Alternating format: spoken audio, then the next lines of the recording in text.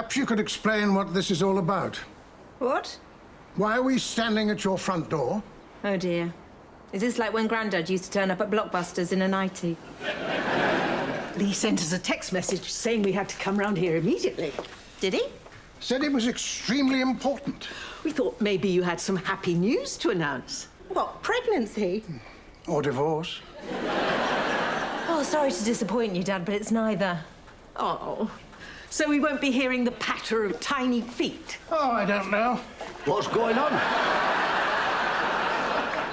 I've had a message off Lee telling me to get round here straight away. Sounded urgent. Well, they're not emptying out their drinks cabinet, Frank. You can stand down. I thought he might want help moving an old antique that's blocking the doorway. Oh, don't tell me. You got a text message from Lee telling you to get round here urgently. Yes, but we can't stay long. I'm supposed to be packing. Oh, she's finally leaving you, Toby. We're going... Hang on. Let's enjoy that a little longer. We're going to my sister's first thing in the morning, so we really do need to make this quick. Us too. I got a bag of trophies here for this evening's golf club presentation. Why didn't you leave them in the car? Because they might get stolen. Oh, what's the bother to, are they? On second thoughts, perhaps I should have left them in the car. Don't worry, this won't take long. Good evening, one and all. I suspect you're wondering why I've gathered you here tonight. Yes, we certainly are, Poirot. Looks more like Etty Wainthropp. Somebody here has committed a murder. And until we find out who it was, nobody is going home. It was me. Do you know what I'm on about? No idea. It's just my default position, taking the blame for everything. What the hell are you talking about, Lee? Somebody here has killed something. Shall I tell you what that something is? Yes. But can you say it really dramatically and fully milk the moment? Oh, no, wait, you have? The something in question is the trust that my darling wife has in me. So nobody has actually been murdered. Of course not. Oh, I don't know. The night is young. I see. So you're still pretending it wasn't you, then? I'm not pretending. It wasn't me. It was somebody in this room. Yes, you. And if you go into the kitchen, it'll be somebody in the kitchen. What on earth is this about? We really do need to get going.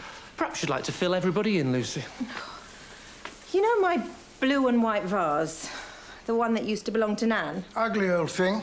Didn't hold water properly. Don't.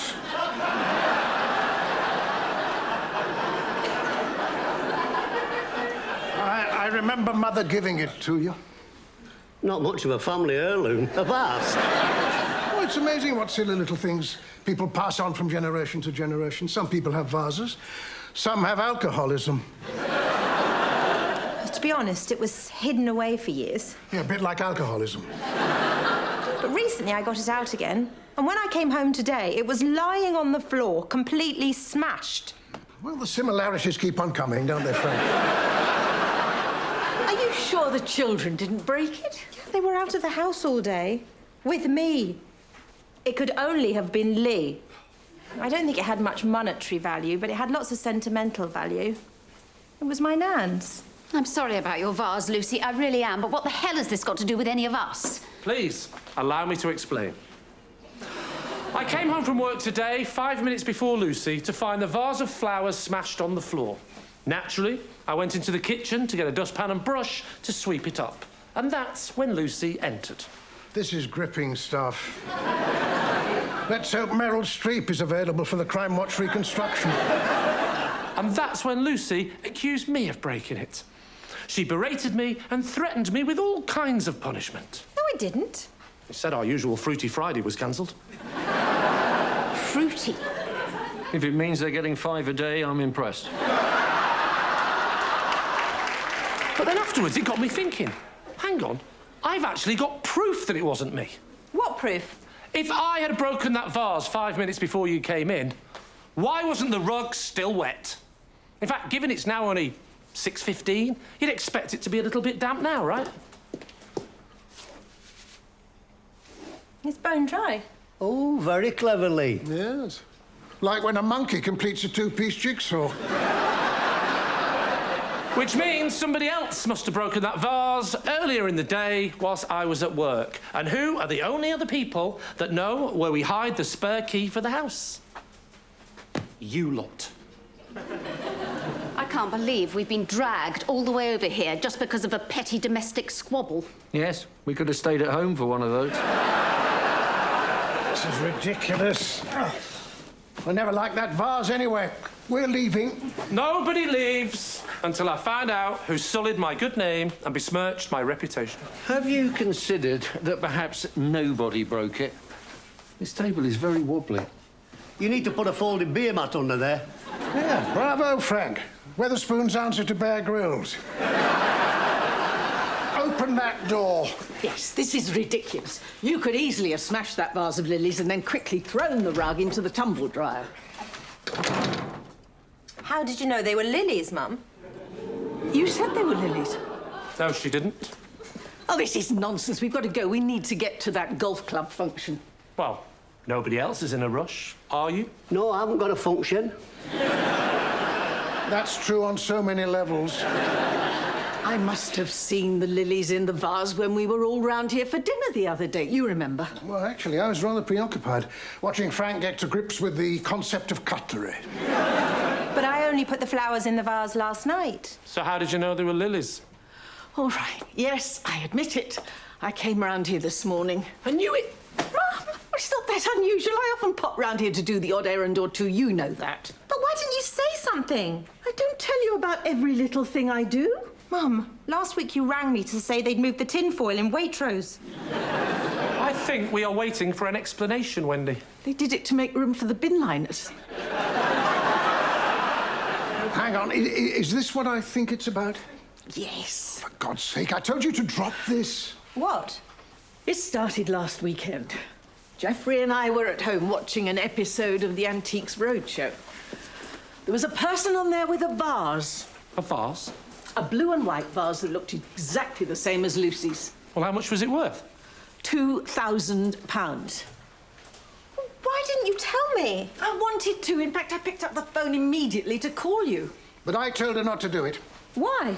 Because, as the expert said, there are thousands of similar-looking vases in charity shops up and down the country that are all totally worthless. Well, they certainly know what they're talking about on that show. Exactly. And Lucy's was almost certainly one of the worthless ones. Well, it is now, anyway.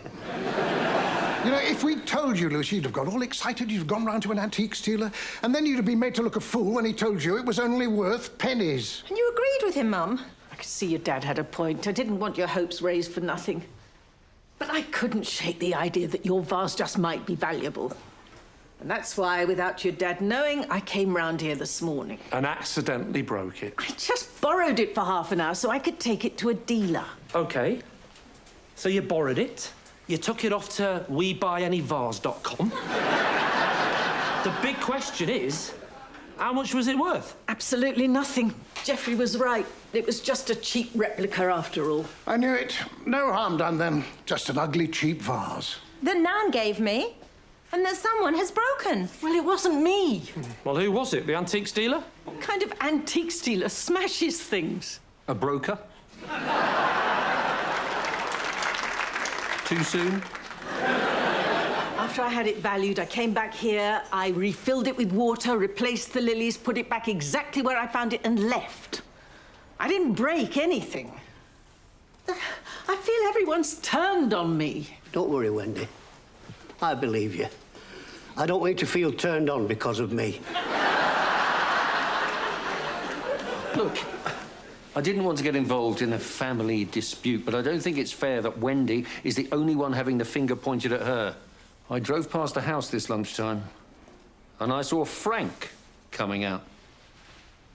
You couldn't have seen me. Why not? Because I made sure there wasn't anyone watching. All right. I was here. I wanted to find out if Wendy had took the vase to be valued or not. Well, how did you know about that? May as well tell the truth. Frank and I are in this together. What?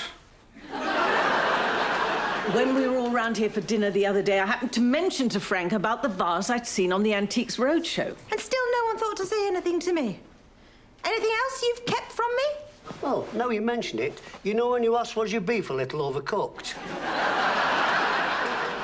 Is that beef?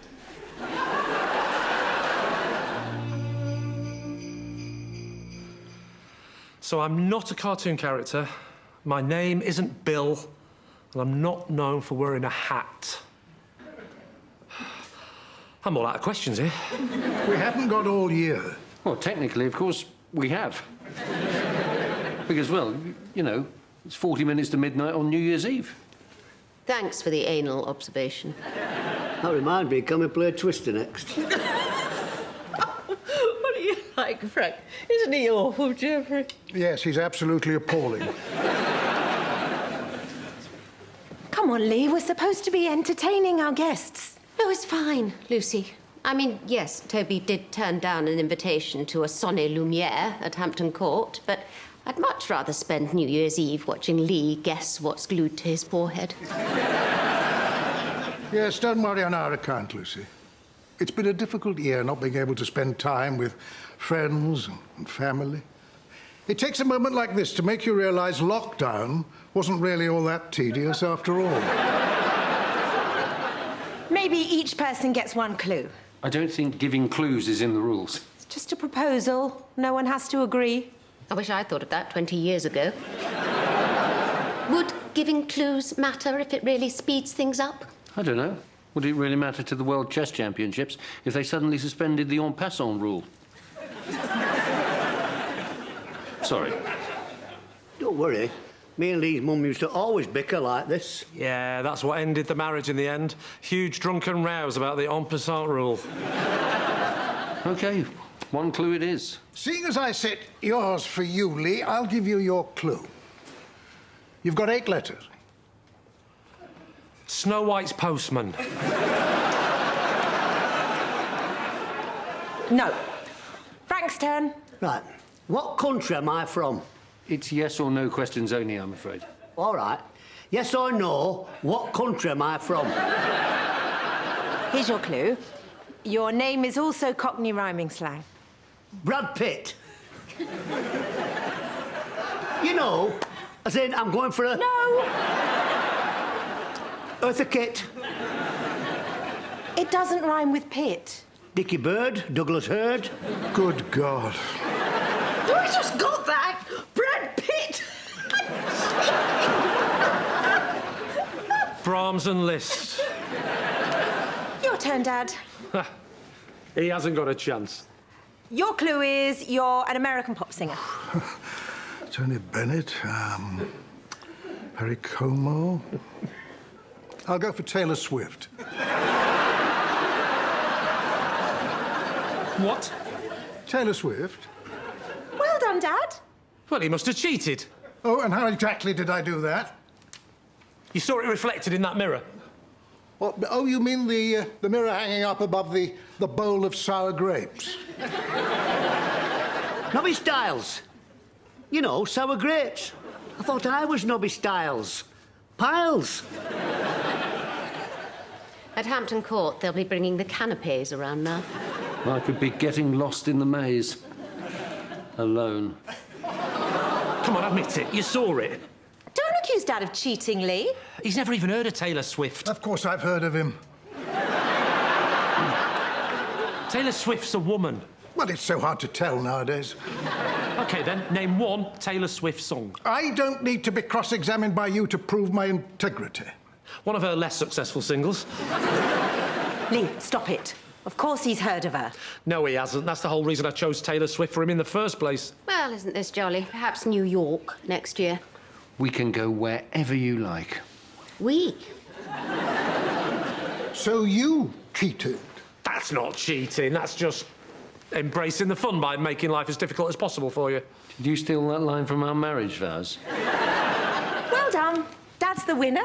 And as a prize, you get the final chocolate in the box. Not for me, thanks.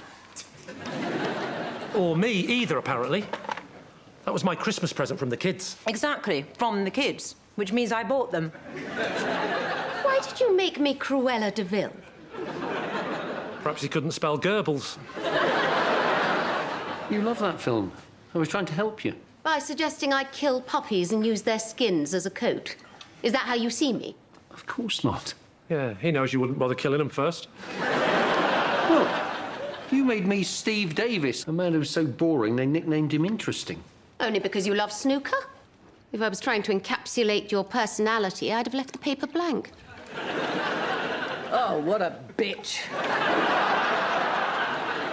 Seriously, Anna, why are you such a meanie to Toby? It's not his fault. Not everyone was born to be sexy and charismatic. I know she's blind drunk, but she can see I'm here, right? I am not drunk. Now, where's my bloody clue? The game's over, Mum. Clue. Just give her one. Don't. I wasn't about to make a lewd remark, actually. You're married to a man with a metal piercing through his genitals. Yes, but what's my clue? Good God. Come on, Mum, just take a guess. I've got absolutely no idea who I am. That's becoming increasingly obvious by the minute.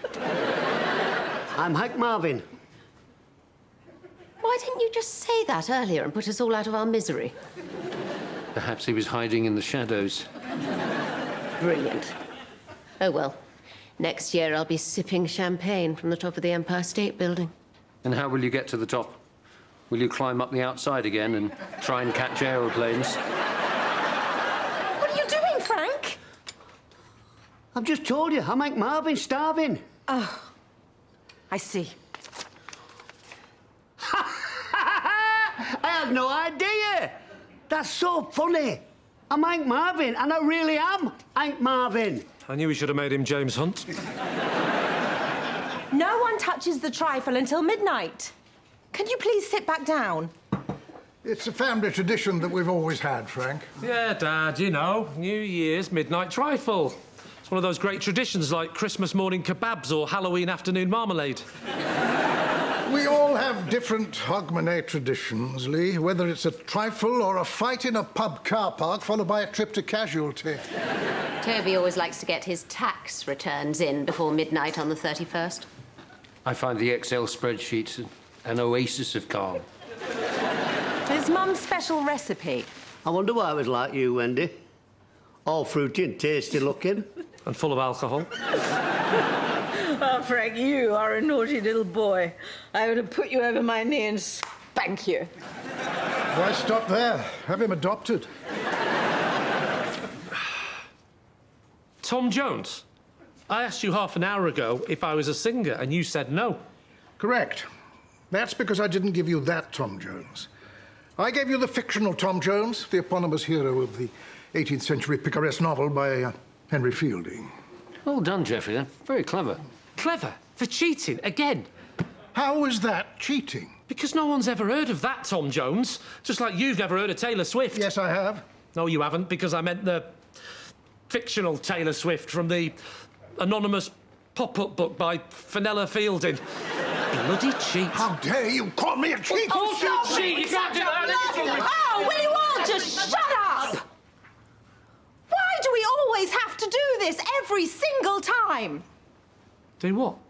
This. Can't we do something different for once? I've brought Boggle.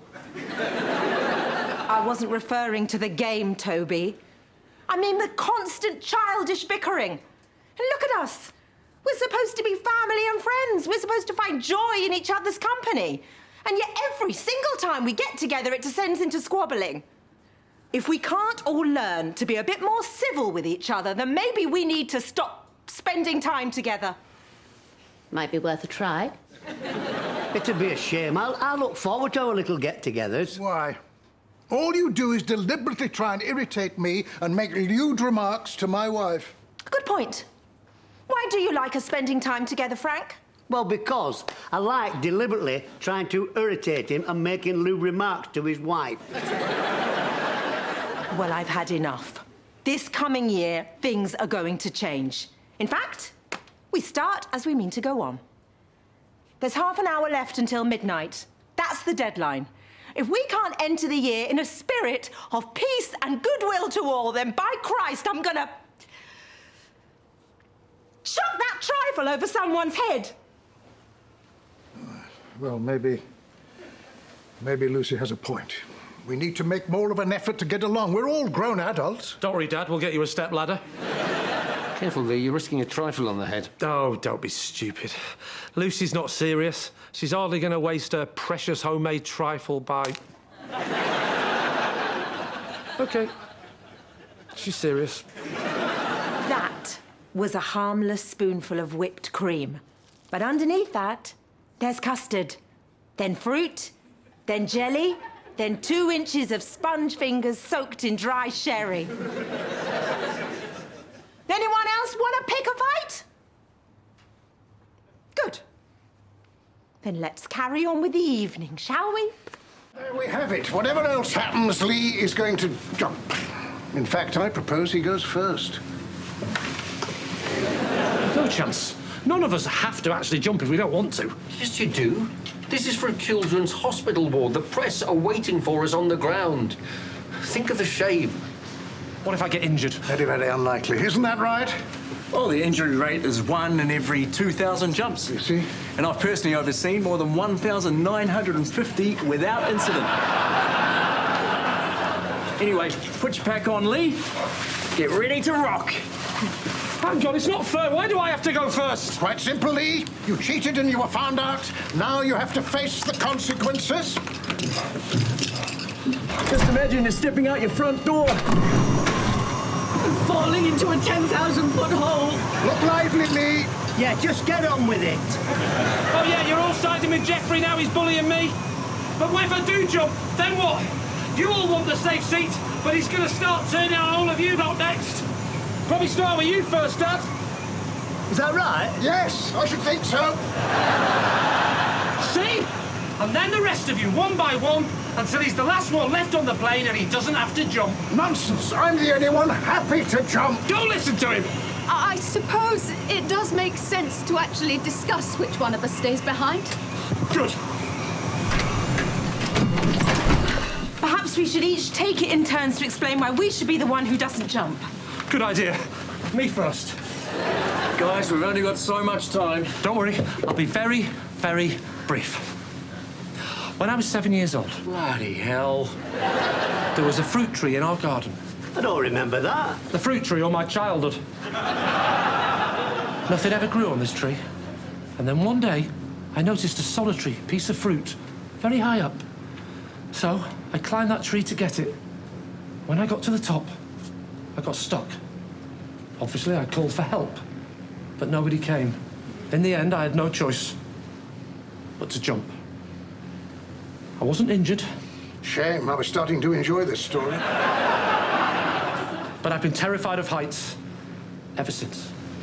Well, that doesn't excuse your behaviour today, but it does explain it. Anyone else? Well, since you ask, when I was a child, a friend of my mother's died in a plane crash. I didn't think it had affected me, and yet, being here today, somehow the memories have come flooding back. But your tree story was very moving as well, Lee. I want to change it. You can't. My turn. It was a stormy winter's evening. And I was helping to airlift some orphans from a burning building. This is ridiculous. Am I the only person on this plane who intends to jump? Oh, be my guest. After you. Oh, no, Jeffrey. After you. No, Lee, I insist. Oh, for God's sake, stop it! The only way to stay behind is to squabble like a child, and I'd rather jump. We're supposed to be raising money for very sick kiddies. You should all be ashamed of yourselves. Is she all right? Chute's open. She's drifting down like a feather. Textbook. I've never been more proud of her. Oh, come on, guys. Wendy's right. We shouldn't be squabbling like this. Especially when it's for sickly children who need our help. Go for it, Lucy. Me? Do you want to make me feel proud? I don't know. Do you want to make me feel resentful? Look, it's obvious who should be risking their life next. Toby. Why? Just because the event was my idea and I organised all the press coverage. Well, I was thinking more in terms of general expendability, but those are good reasons too. Anna's right. We wouldn't be here in the first place if it wasn't for Toby. He should definitely jump next. Exactly. I agree. I see. Clearly the mob has chosen its victim. Oh, and for the record, I think the person who gets to stay behind should be Anna. Oh, let me guess. Because I can fly out of the plane on my broomstick. No, I just think you should get the safe seat. I pressurised you into doing this, and I'm sorry. I just want you to enjoy your day. Because I love you.